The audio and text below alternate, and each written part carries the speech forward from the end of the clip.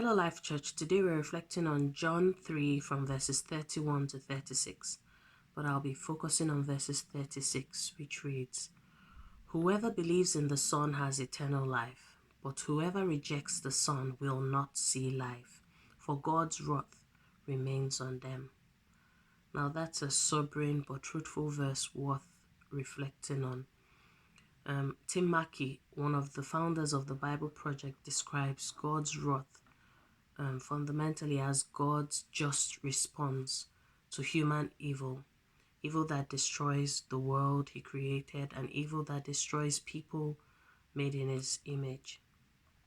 As we look through scriptures, from the Old Testament at the Garden of Eden to the New, we see God's wrath displayed as moments of his decision to hand people over to the consequences of their decisions, even if the consequences of their decisions lead to death.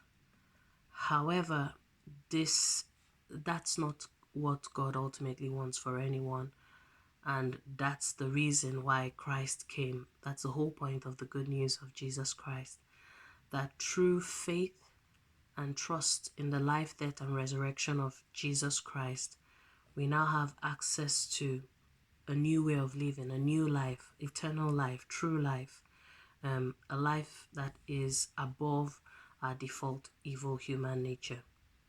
And so the choice is before us. Do we trust that there is a new way to live as humans that leads to life, a life from God, or do we continue in the path that humanity has taken through the years that leads ultimately to self-destruction and death? And God will honor whatever decision we choose to go with.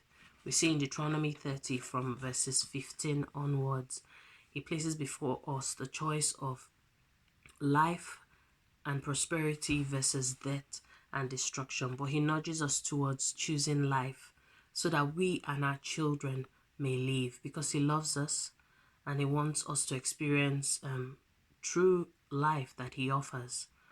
And this is the good news of Jesus Christ.